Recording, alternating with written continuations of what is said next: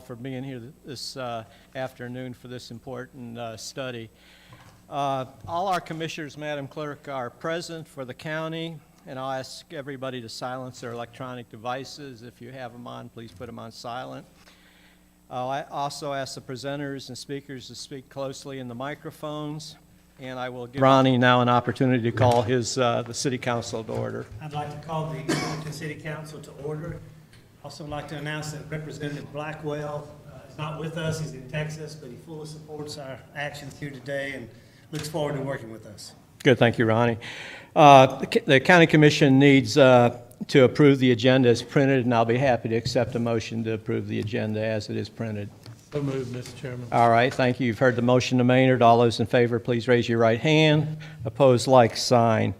With that, I'll turn it over to our county manager, Brian Steen. He's going to introduce the item and the presenters and maybe give a little background on the project before the presenters. Brian?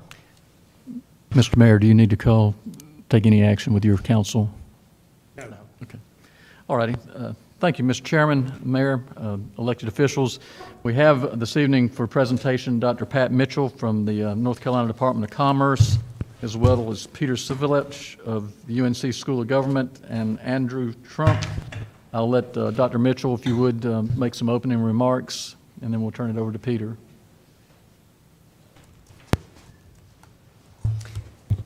Good evening. Thank you so much for having us this evening. I'm going to take just a couple of moments to talk about the background of this study, and then I'll turn it over to the representatives from the School of Government that have actually done the study. In the fiscal year 2014-15, the General Assembly appropriated $200,000 to the Department of Commerce. It was then placed into the Rural Economic Development Division by former Secretary Sharon Decker, and it was to study the future use of the Broughton Hospital facilities. And in addition to just the old hospital campus that will eventually be vacated, the legislation also required some other properties to be looked at, and I'm going to spell out what those are. In addition to the Department of Commerce being put in the lead on this study, we were charged with collaborating and partnering with the Department of Health and Human Services and the Department of Administration. So the three state agencies were to conduct this study with Commerce in the lead. We were charged with looking at potential uses of the vacated properties, facilities, and the development or redevelopment of adjoining state-owned properties. We were to look at the benefits to the state, local governments, and the private sector of each potential use as identified in the study. We were to look at the cost to the state, to the city of Morganton, to the county of Burke, and to the private sector of each potential use identified in the study. We were to look for opportunities to use the properties for public-private partnerships, and then also we were supposed to address any other matters that the Department of Administration deems relevant to this study of the potential economic benefits in the use of the vacated Broughton Hospital properties. We went about that in agreement with all three state agencies. We contracted with the School of Government, the Development Finance Initiative at the School of Government, who have been conducting this study over a period of months. And Peter Civilich, with the program manager, project manager, with a study, will come and present where we are. And before he does that, I also want to say what our next steps are with Commerce, because this is just a study on the potential uses. We have presented this to the Secretary of Commerce, Secretary Scavarla. Our next step after this Morganton and Burke presentation will be to present it to all three secretaries of DHHS, of Department of Administration, and of Commerce again. And then working with those three secretaries, we will work with our legislative liaisons for those three state departments in how we will present this to the General Assembly. So this is almost a last step for us in the presentations, but we do have a couple more presentations that we will make. Thanks for y'all being here tonight. Peter?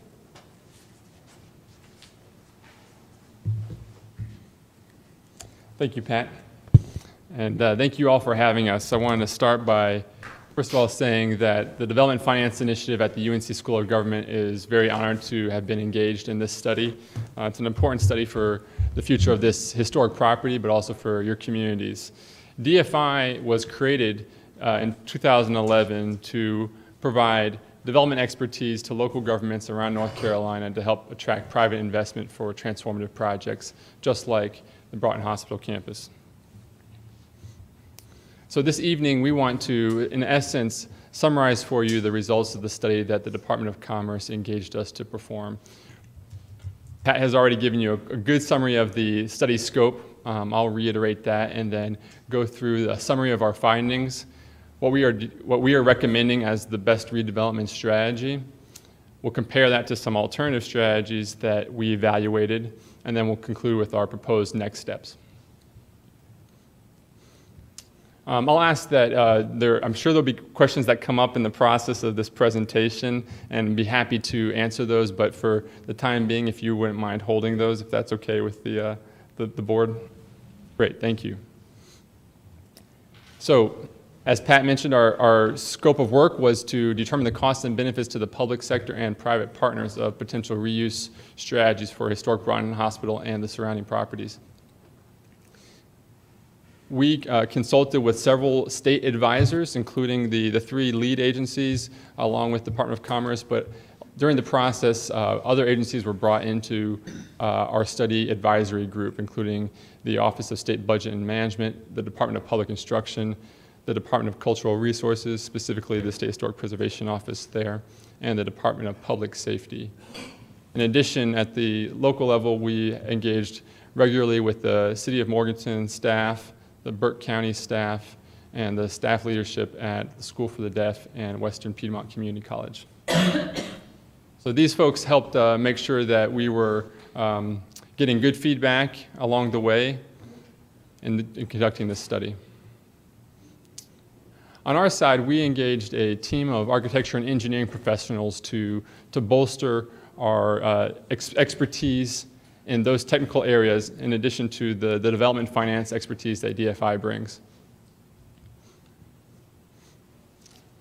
And to translate the overall legislative objective for this study into kind of the mechanics of how we conducted it, we were looking for ways to maximize private investment in redevelopment of this study area that would serve public interest and protect public resources.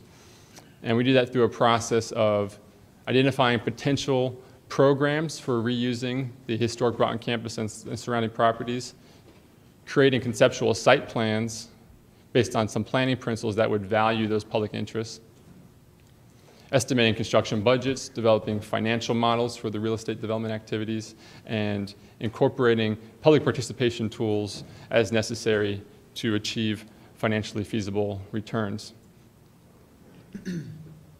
So I'll dive now into a summary of our findings from the assessment stage of the process. At a high level, when we look at your region and the market around it, we identify that there are some very strong ongoing industries in your area, in particular anchored by healthcare and manufacturing sectors. Manufacturing has evolved in this region over time. The legacy manufacturing and furniture and textiles maintain some significant workforces, but we identified that advanced manufacturing, spinning out of those legacy industries, are providing well-paying jobs in some highly skilled areas that institutions like the community college are trying to continue to serve well with new workforce development programming and a talent pipeline. In addition, Morganton and Burke County continue to be a gateway to the state and national park systems that provide a lot of mountain recreation opportunity that drives traffic to this area. So that's a continuing opportunity for economic development to capture those tourism dollars. And there's a burgeoning cluster of craft breweries and farm-to-table restaurants in and around downtown Morganton that are also their own unique driver of interest in development and downtown living. So looking specifically at the study area, Pat mentioned adjoining properties that are publicly owned. In the red here, you'll see the historic Broughton campus. And that is all the state-owned property allocated to the Department of Health and Human Services. Just north of the site is the downtown Morganton area. And so our study area is bounded to the east by Enola Road and Sterling, to the northwest by Fleming and Berkmont Avenue to the west, and then I-40 to the south. In addition to the historic Broughton Hospital campus, the new hospital that's being constructed, you also have the state institutions of the School for the Deaf, the J. Iverson Riddle Center to the south of Interstate 40, and then the bulk of the study area is controlled and programmed by the county and the community college. There's some significant site control here shared by multiple public institutions that have common interests in the community. And so that was a very early indication that the opportunity here was much larger than the historic Broughton campus.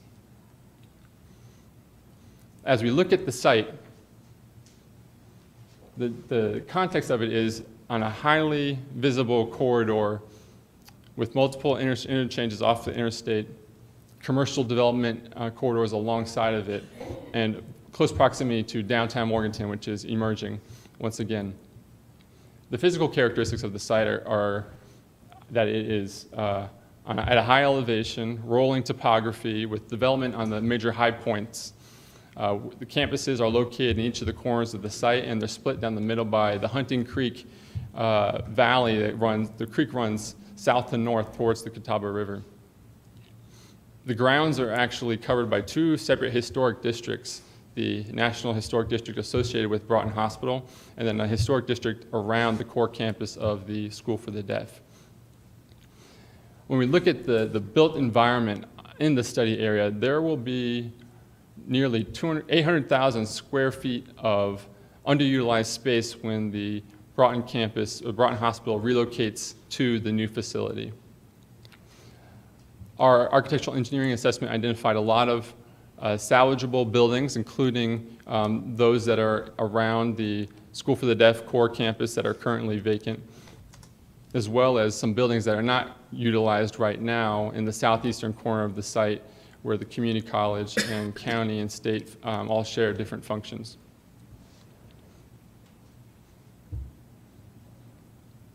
This visual here illustrates the floodplains and creek beds and the fertile bottomlands that have supported what's become a very strong program of the community college around sustainable agriculture. And that's an indication as well of the natural assets of this site that we think are a strong driver of potential development interest. So when we stacked up the reuse potential of the buildings, the physical constraints of reusing the Avery building with its massive footprint and very rigid construction type, alongside the potential to create a larger interest in this site from a planned development of amenities around Hunting Creek and the surrounding property, there was a larger opportunity at play here.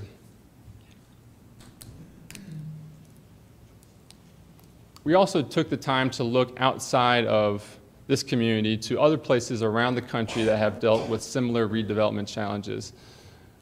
Burke County is not the first to have a mental health institution decommissioned by the state and shut down. Other places around the United States have had a similar opportunity presented to them, and some have done an excellent job with that. Others have struggled. We looked at several cases. There are dozens, but we identified 6 that presented in particular interests for Morganton because they were coming from similar communities, similar sized communities. They were mental health institutions that had a similar layout, like the Avery building and the Broughton Hospital campus layout, and they were all facing attempts at mixed-use redevelopment following their decommissioning.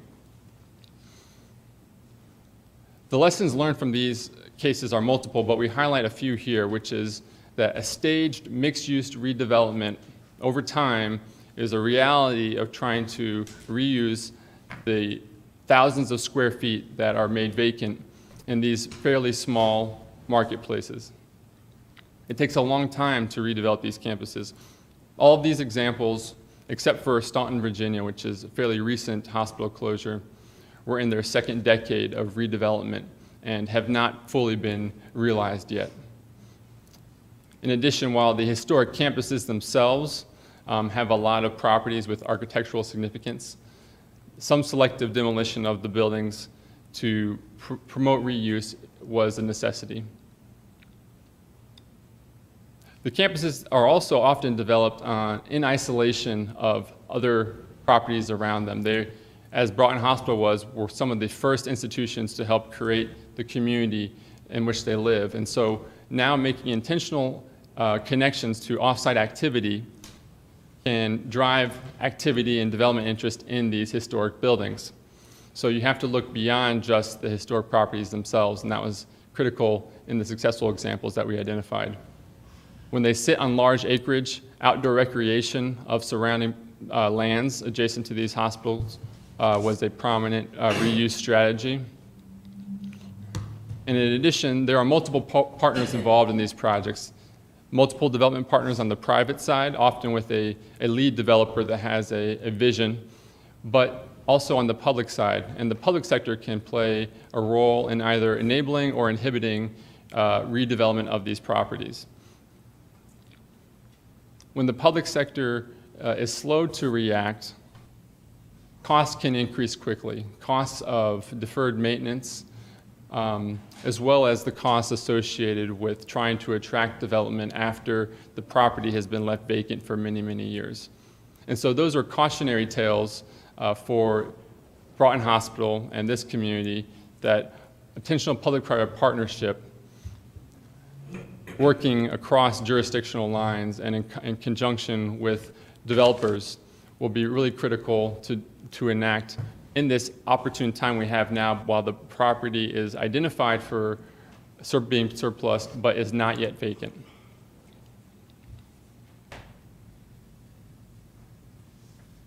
Going back to your community, there were several guiding public interests that came up in the course of working with our state and local advisors in this process.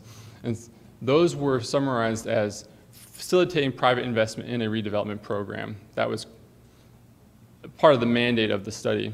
But in addition, we were looking at leveraging the historic structures of the site and their unique qualities to drive economic development in the region. The state has also made a significant investment in this area by developing the new hospital, and protecting and leveraging that asset is a key driver of strategies for the future.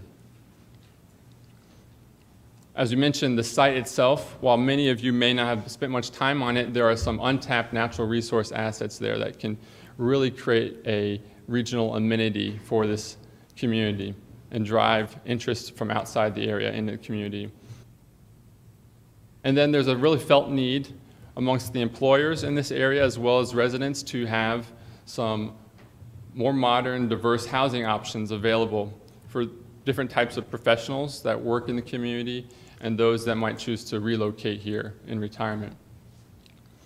And finally, the scale of this site, 800 acres, more than 800,000 square feet of historic buildings becoming underutilized, is a project on the scale of a regional destination that should be able to complement what's going on in downtown Morganton and the resurgence of your local industry. So now I'll turn to the vision. That was preamble about the groundwork that we did working with our local advisors. We believe that there's an opportunity here for a district that is connected across the various corners of the site, that leverages existing assets, including the open space on the site, the agrarian history of the site, its strong anchor institutions in healthcare and education. And leveraging these existing assets, we identified three major themes that should be driving development in order to have a coherent vision for what could happen in this study area. Those are land stewardship, wellness, and education. With those themes in mind, there are 4 new uses that we propose for this site that would integrate with the existing users of the site. Recall that the existing users of the site are Broughton Hospital, Western Piedmont Community College, the county, and the School for the Deaf. The new uses that we propose, more clearly seen on this slide, are a senior living community, a hospitality village, a residential school, and then the public amenities. I'm now going to go through a plan for the site that illustrates how these uses could be incorporated into the topography and the existing buildings, as well as some new construction.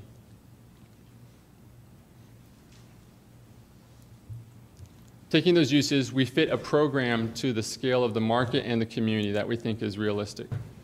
I mentioned a residential school with 400 students, apartments that are done in adaptively reused Broughton Hospital buildings, roughly 72 is what would fit.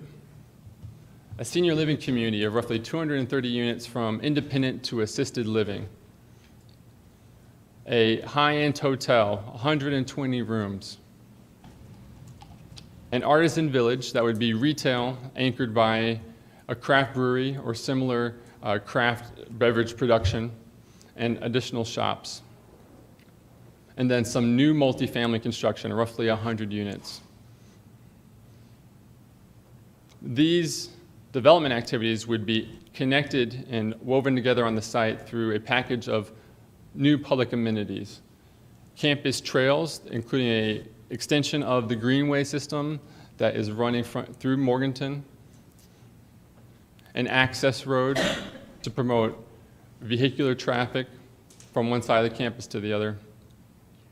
A gateway park in a reconstruction of the intersection of Fleming and Sterling at that point of the site closest to downtown that's been a part of the city's vision for the community long term to create a stronger pedestrian connection from this site to downtown Morganton. And then a lake that would serve a stormwater management function on the site as well as be a public amenity and the anchor for a park. I'm going to go through the different components of the development program for you around the site. We'll start with the historic Broughton campus. This is the area where we see a residential school having an excellent fit with the existing buildings. We did a test fit using the 2014 study that the state did of a Western campus for the North Carolina School for Science and Math. And we matched all their facility needs for a 400 student capacity boarding school in the northern half of the Broughton Hospital campus. Going building by building, we studied the buildings inside and out and looked at the program and found matches. This is an illustrative rendering of how this campus could be transformed if it were made into a residential school. What you're looking at is an aerial view of the backside of the Avery building, which has in front of it in the foreground the Jones building, one of the largest buildings but more recently constructed buildings, and it's considered a non-contributing structure to the historic district.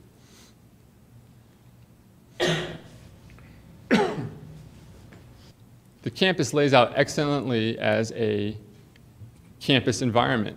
The Jones building was built in a time when there was need for that function, but the Avery building and its other surrounding historic buildings lay out as a campus environment with centered on a central quad. So between those two images, you saw the selective demolition of the Jones building in order to open up the site plan, which has been reviewed by the State Historic Preservation Office as being an acceptable modification of the district. And the Avery building is reused primarily as the residential hall with the academic facilities in the other outlying structures. How much would this cost? Based on our estimates, roughly $79 million to serve 400 students. This could be rolled out in a couple of phases because the school might not open with a 400 student enrollment. And so we envision an early phase that would reuse most of the Avery building but preserve some of it for a future growth of residential demand, and a second phase that would build out the rest of Avery building and a few additional academic facilities. That total is roughly $199,000 per pupil. And this is on par with the state's estimate from that 2014 study for new construction of a similarly sized campus of $201,000 per pupil. So here you're reusing buildings at a similar capital expense to new construction.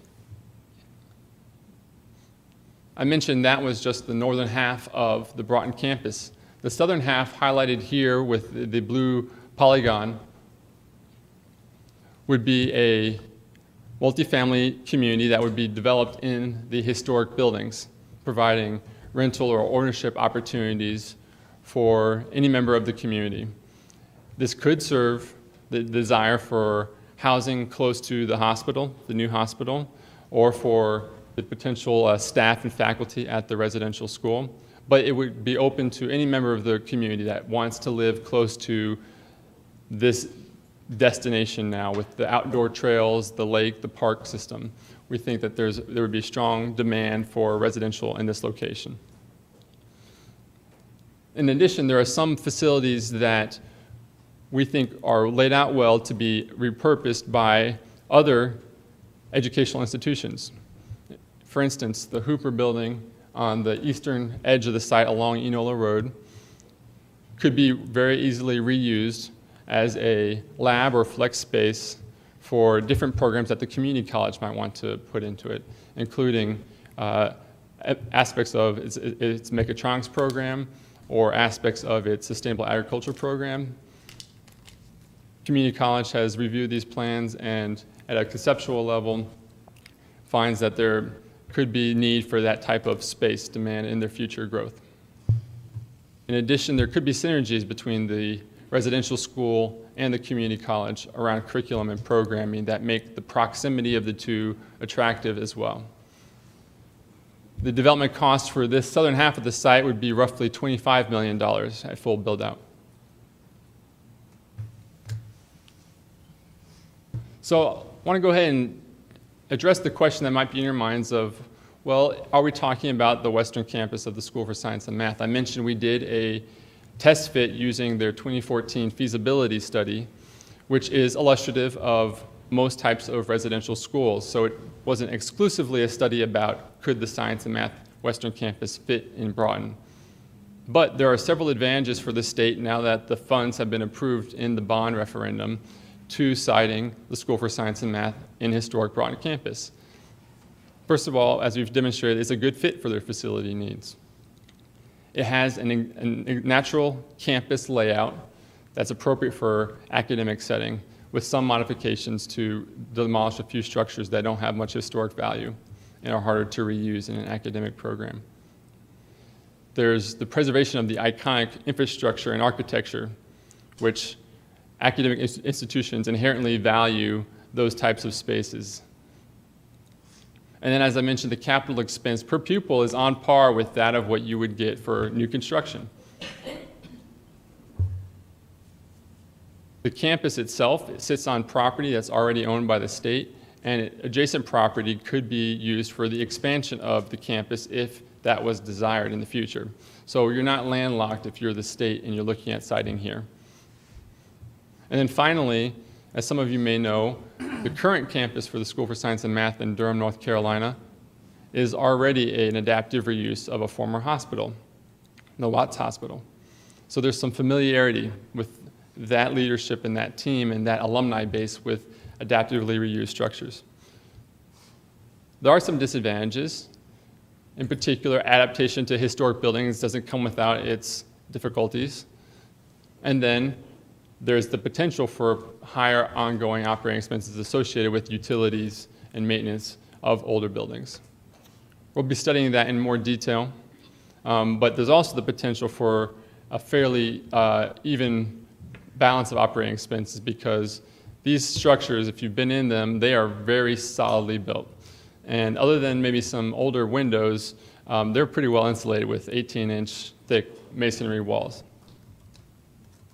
So that one is kind of questionable whether or not in the final calculus there would be that higher operating expense. We're going to look at another corner of the site now, and this is going counterclockwise over to the School for the Deaf.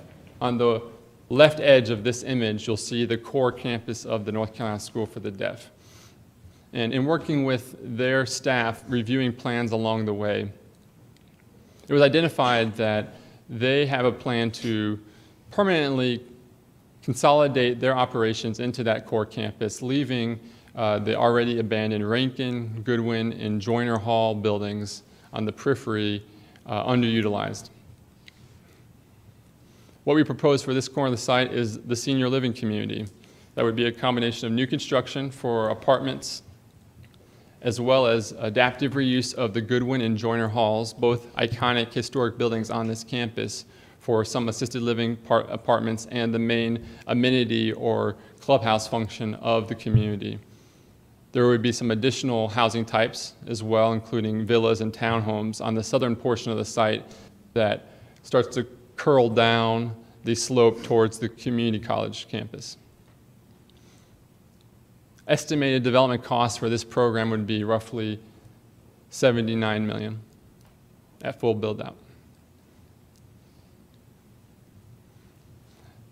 And finally, we'll look at the southeastern corner of the site.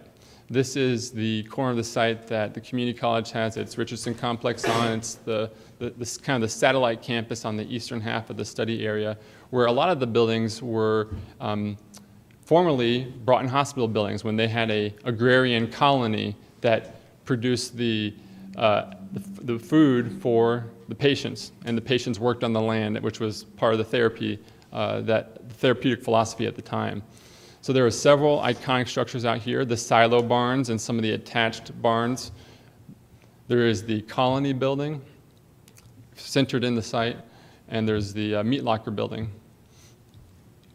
What we propose for this area of the site is a hospitality village that would be anchored by a 120-key high-end hotel laid out in a combination of inns as well as some cottages that would be more scattered in the landscape of the site. And then the silo barns would anchor the artisan village, where there's the potential for craft brewing and other restaurant and retail spaces utilizing those former agrarian structures. Finally, once this destination has been created, and we believe it could be a very viable destination because of its excellent views overlooking the interior of the site, as well as its prominence right off of the exit at Enola Road, there would be some new construction of multifamily here that would enjoy the same access to amenities that the guests at the hotel could enjoy. So providing an ongoing residential option for your citizens. All of that development is estimated at $47 million. I've been talking about the amenities, and I briefly summarized them at the top of the district vision part of the presentation. But to be more precise, there are several components. There is the greenway system, which includes a spine that would run the length of the site north to south along the Hunting Creek Way. This would connect directly to, in this vision, a greenway connection through downtown Morganton to the Catawba Meadows Parks on the other side of downtown. So providing a continuity of that greenway system from this anchor to that anchor.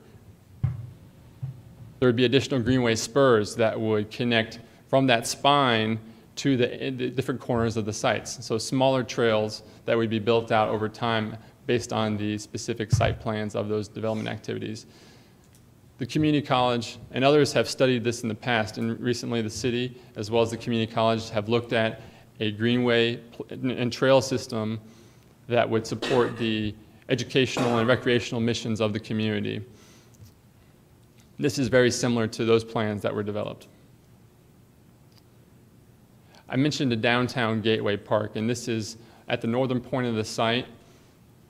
Currently, it's a very difficult area to pass as a pedestrian if you're trying to walk downtown for lunch or after work. that intersection is complicated, and the city has identified in its comprehensive plan a potential reconfiguration of that site and streetscaping to make it more pedestrian friendly. We believe that's a very worthy goal and important to making this a viable asset for the community, including the employees that would come to work at this site, the potential new residents, as well as making this an amenity that the public at large could more easily access from other parts of the town. And then the pond. The pond is, you won't be able to see with my pointer, but it is central to the site. It replaces the emergency services training facility pad, or the fire pad, in the center of the site at the low point. That's one of the big moves of this vision. If you've been on the property, you recognize that at each corner of the site, you can see that asphalt pad.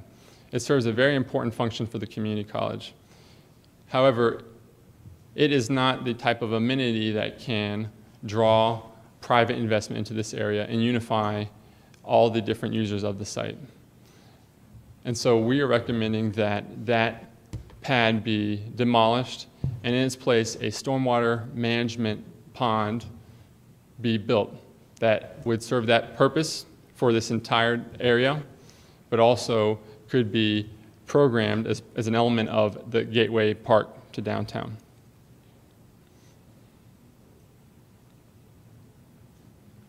This is a rendering that this is looking south to north towards downtown Morganton, and in the foreground there is the blue pond that's roughly the same size as the ESTC pad that it would be replacing. And in the distance is downtown Morganton. You'll see the new hospital is just to the side of the pond. It's kind of buffered behind some trees, and to the right of it are some athletic fields. So this area would be accessible to the general public at large. It would be an amenity for the site, the people that are coming to the school, to the work at the different educational and healthcare institutions, and those that generally want to bike or walk down here or park at a trailhead on the study area and just walk internally in the site. There would be a couple miles worth of trails in the site, and so it could be just an isolated destination, or it could be one that people come to from other parts of the community. That was one vision for how you could lay out those mix of uses in this study area. We looked at an alternative vision, which would involve the biggest change being a reuse of the Broughton campus as the hospitality program instead of the residential school. The biggest challenge there is the scale of the space and the hotel program that would be required if you were to try and reuse those buildings. In addition, hotel development is risky inherently, and so when we look at the phasing, which I'll describe in a minute, if you were to rely on a hotel development to reuse the Broughton campus, you'd be carrying it as a vacant property for many, many more years, waiting for that hotel development to identify a market opportunity to match the scale of the buildings that you're trying to reuse. We think that the hospitality village in that southeastern corner of the site is a stronger program for hospitality, and that the school in the Broughton campus is a better match for that. So I've given this to you kind of piecemeal, going through the different parts of the site. I'm going to summarize now the conclusions in terms of the dollars and cents. We had 3 major private development parcels in that vision. Currently, this entire area is tax exempt. In this vision, 121 acres would become taxable property, with about $150 million in total private investment at full build-out. Now that translates into $700,000 to $900,000 per year in incremental or new real estate property tax revenue for the city, and $900,000 to $1.1 million in incremental new real estate property tax to the county per year.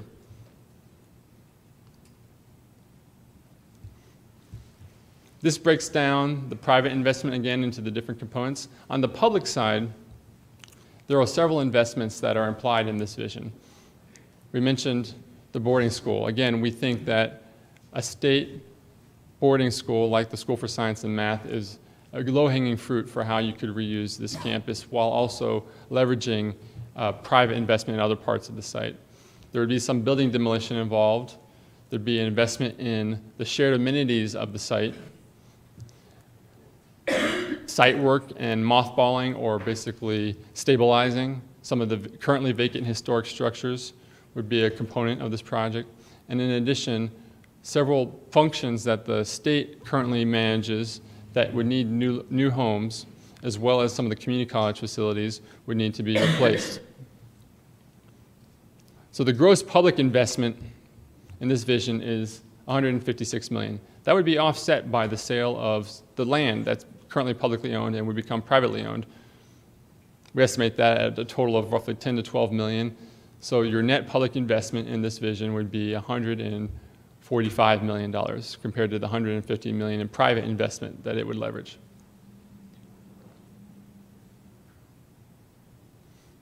The public participation and the justification for those different investments that I mentioned on the previous slide is broken down into a series of rules. First of all, that public investment be made in public infrastructure and amenities for the public. There's additional public subsidy available to private development that this project would leverage in the form of the tax credits for historic preservation and for job creation. Where the public owns land, they can help prepare that land for sale to private investors. And then where development can be supported with additional debt, public entities can lend to the project at market rates of interest. There's opportunity for, within existing legislation, a tax deferment on the improvement of historic buildings if they are designated as historic landmarks. Currently, that would just be the Avery Building. The Avery Building is a locally designated historic landmark. In this vision, the recommended program would have a school that would be potentially publicly owned, and so therefore it would not be taking advantage of any tax deferment as it would stay tax exempt. And then finally, as needed, public entities might lend to the project at below market rates of interest. Now that would only be a necessity if the hotel in the Avery Building were the program that you pursued, because that is less financially feasible than the alternatives that we've described.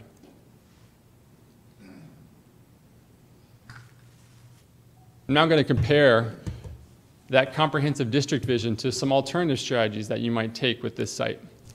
And then the final thing will be next steps. So we have just a few more slides to get through, and I'll be happy to take your questions. That was all about a comprehensive approach to this district, and as I mentioned, we recommend that the program would use a residential school to anchor the redevelopment of the historic Broughton campus. If you were to take a more narrow approach and set aside this idea of a district, let's just focus on the Broughton campus alone.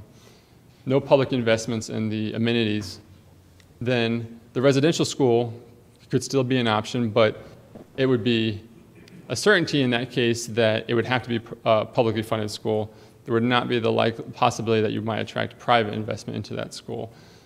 And while there might be some amount of private multifamily residential that could be developed adjacent to it in some of those adaptively reused historic buildings, the market justification for that would be weakened because you do not have the amenities on that site to connect it to the activity off-site. As we mentioned, that was a lesson learned from all the other cases we looked at, that these campuses were built on islands in many cases, and now that you want to reuse them, you need to think about making intentional connections off-site to the surrounding community.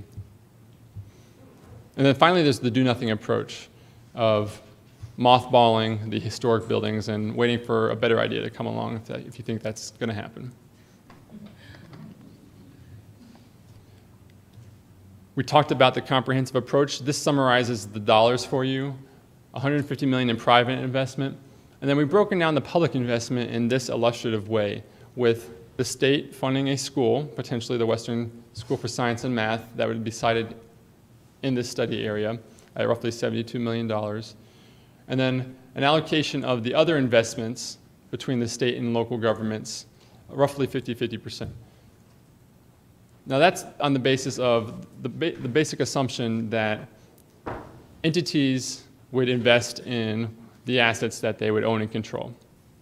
And so in this case, you see that we have hypothetically identified the public amenities and a small amount of demolition and site work associated with the local governments. In addition, there would be the replacement of the community college facilities currently classified as a local investment. Meanwhile, the state is taking on the burden of mothballing state-owned buildings, demolishing state-owned buildings that are needed to make way for new development, the Broughton Hospital work for the school, and then the replacement of the state facilities, the Department of Health and Human Services functions that would be displaced. These costs could be allocated other ways. And that's a big part of the next step of this process, is to identify a unity of purpose between the different entities so that there could be the discussions about who pays for what. But when we compare to the narrow and do-nothing approaches, what you'll see is that many of the same costs are in play, particularly for the state, without leveraging local and private investment. The narrow approach is, again, focused just on the Broughton Hospital campus. The presumption here is that there would be that investment in the school still, so the $72 million is still in the calculation. But there would be a smaller investment in other state facilities because we would not be displacing as many Department of Health and Human Services functions, and there would not need to be the same amount of mothballing by the state. Meanwhile, the local government is not bearing any of these costs because this is all about what the state owns and reusing that. And there's a very small amount of private investment in the private multifamily residential. So whereas you see that the total public investment in the comprehensive approach is proportionate to the private investment, in the narrow approach, there is roughly 4 times the public investment to the private investment. So you're not leveraging. In the do-nothing approach, the way we're presenting this here is, again, that the state has approved the funding for this Western Campus for the School for Science and Math. So that's going to be spent some way. And we recommend that the program be scaled up to roughly 400 students to meet the needs of that growing campus. There is no other investment in the site. There's no private investment or local investment. And so that public investment, if not used to leverage these other resources, would just be a public cost, a pure public cost.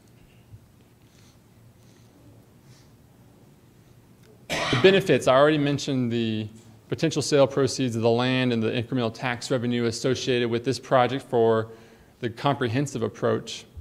In the narrow approach, there's a smaller amount of both, maybe 1 to 3 million in sale proceeds of the smaller part of land that you're trying to redevelop. And the incremental tax revenue to the city and county is much smaller. Instead of 700 to 900, we're talking about 100 to 150,000 per year for the city. And instead of 900,000 to 1.1 million for the county, we're talking 150 to 200,000 per year. The do-nothing approach, again, there is no new private investment, no land sold for redevelopment. So you might ask, well, how does this happen? How long does this take? How would it play out? As I mentioned, the cases we looked at are all in their second decade of development activity, but that could be accelerated if there was an intentional plan. That said, this scale of development and this scale of market would still probably be a 10-year project. And so we illustratively envisioned that as 4 different phases. A pre-development phase where the state would be making investments in planning and preparing the sites and the assets for redevelopment, followed by the first phase. In this case, we'd be looking at the first phase of the school, anchored in the Broughton Hospital campus for this comprehensive approach, as well as the multifamily investment adjacent to it and the first phase of the senior living facility. So that explains the state and the private investments in that phase. On the local side, we would expect that the initial investment in the amenities, start creating this destination on the site, would be the bulk of your expense there. The stormwater retention pond, the Greenway Spine Trail, the downtown Gateway Park, and the intersection reconstruction would be the big parts of that investment.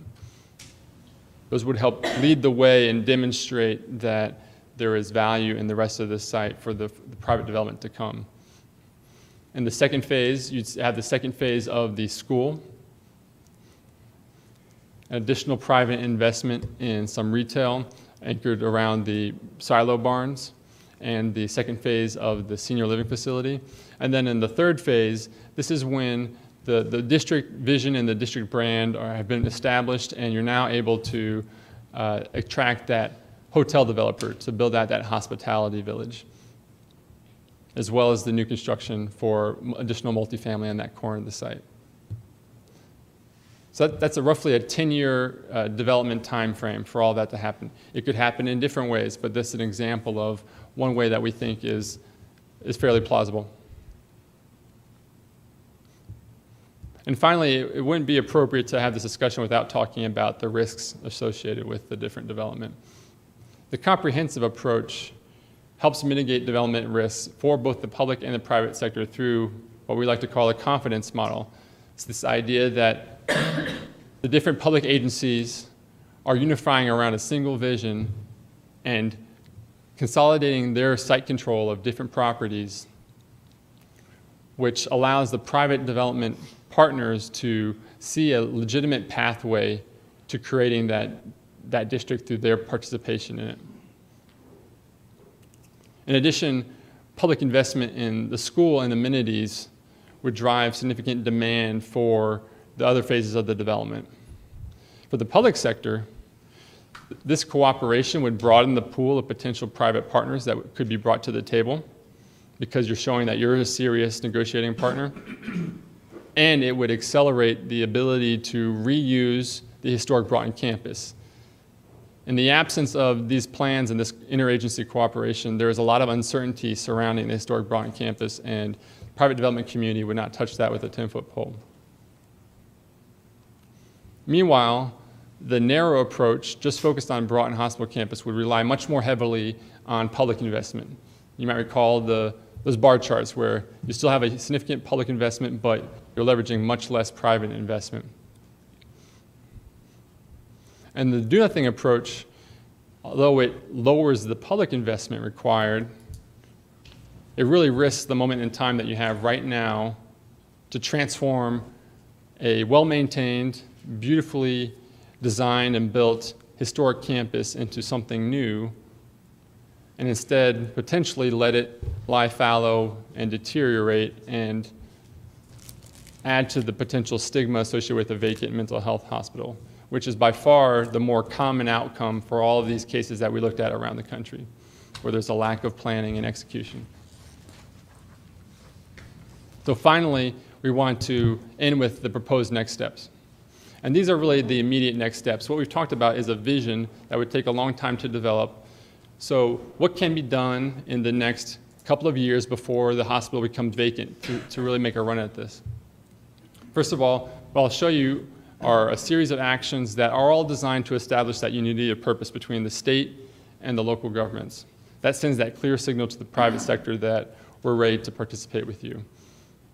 They also are designed to maximize the value of that publicly owned property and empowering an appropriate lead entity to guide the plan execution to make sure that the coordination happens and the right partners are brought to the table. They also enable the preservation of public assets, such as the Goodwin and Joyner buildings, the Colony building, the silo barns that are currently vacant and have redevelopment potential. And finally, as we mentioned, this whole study is about trying to minimize that vacancy period for the historic Broughton campus so that it doesn't become a vacant campus. So these next steps are summarized in the handouts that were given to you all, and be happy to have more conversations going forward. I realize that this is a pretty small screen for you to read this on, but I'll summarize. First of all, establish a legislative or executive action that would designate a lead development entity and mandate this cooperation of entities to move forward with the plan. This would be potentially on the table for the State General Assembly to consider or the governor to consider this summer. Assuming that takes place and there's the action given to continue, the state should engage a development partner that has the expertise to support the next steps of the redevelopment. That lead development entity designated by the state would work with the various agencies to formalize the surplus property that is at play for redevelopment. You know, as you understand, we're currently working with just the 50 acres of the historic campus, but we've articulated a vision for potentially redeveloping 121 acres. So identifying those properties is critical to moving forward. And that there would be a commitment to mothballing or appropriately stabilizing the currently vacant buildings so that they don't continue to deteriorate if they have been identified for redevelopment. So that's what we would propose to happen before the end of this year. Going forward, then, the lead development entity working with the local governments would complete due diligence on the land that was identified for redevelopment, further develop this district brand, strategy, and plan, and that the city and county would importantly be working on an interlocal agreement that articulates their commitment to shared investments. The state can do its part, but really requires all three jurisdictions to show commitment to the outcome. One tool that the city can use at its disposal is a municipal service district. That district would give you authorities to make the investments in this area and potentially provide special taxing authority to have those be paid for out of the private development on the site. So that's a way for you to protect the local taxpayers in executing this overall vision. By the final quarter of 2017, currently that's the target for when we hear that they might be handing over the new hospital and officially starting to relocate into it. We'd be looking at executing the initial development agreements with private partners for the first phase of development. And that in that first quarter of 2018, you'd be breaking ground on that first phase of development. At this time, you'd also want an entity established that could continue to maintain and execute the rest of the vision going forward.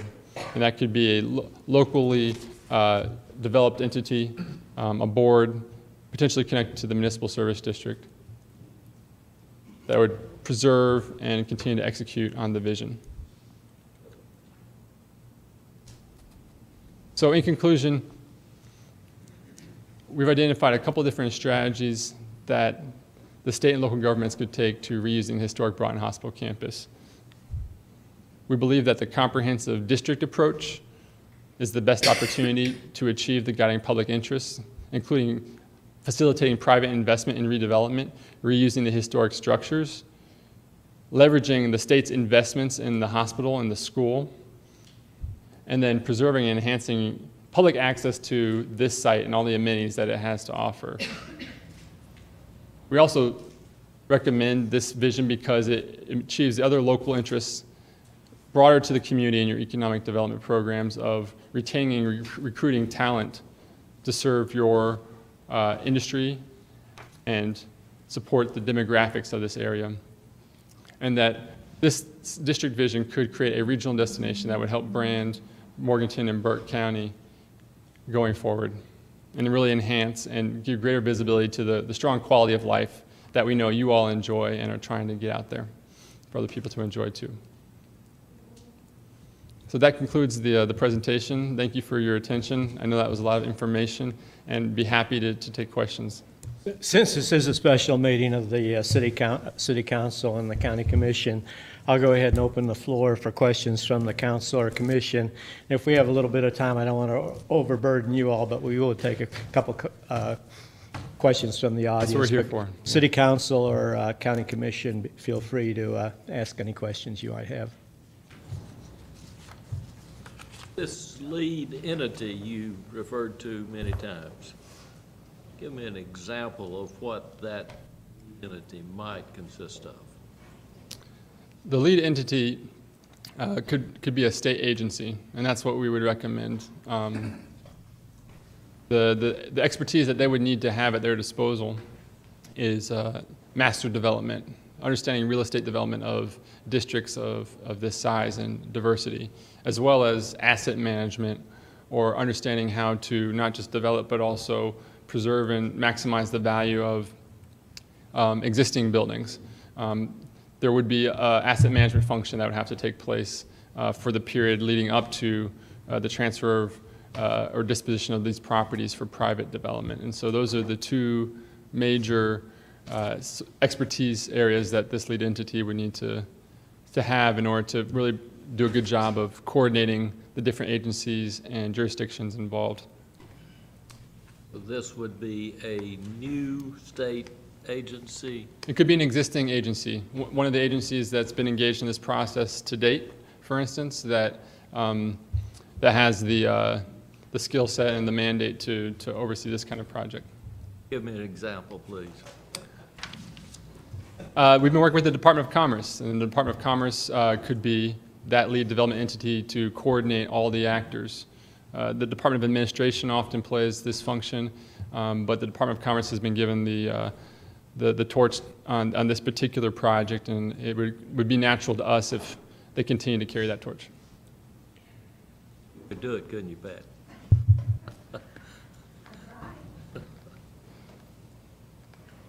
Other comments, questions from the council or commission?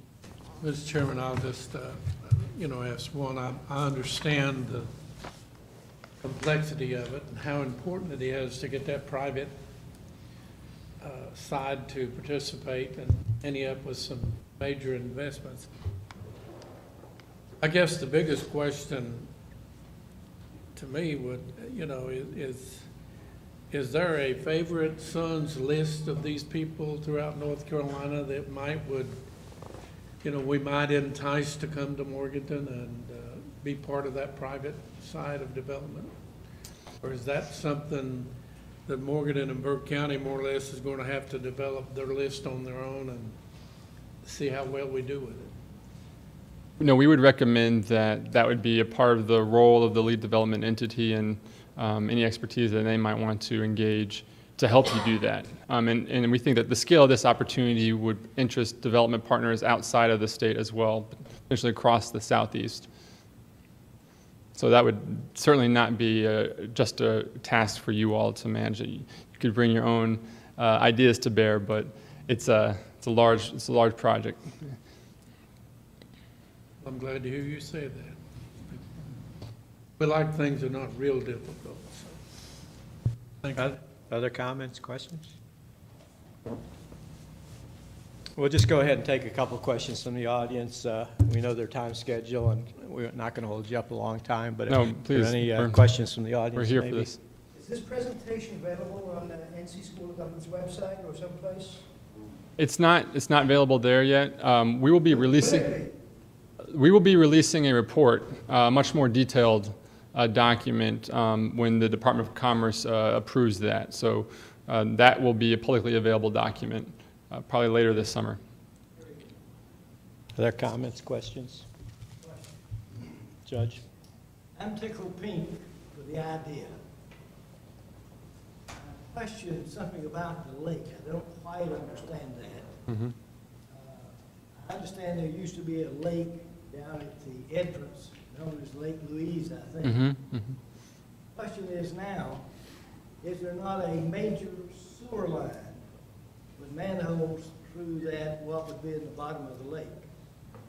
And how, just engineering feat, I don't know how that would be handled.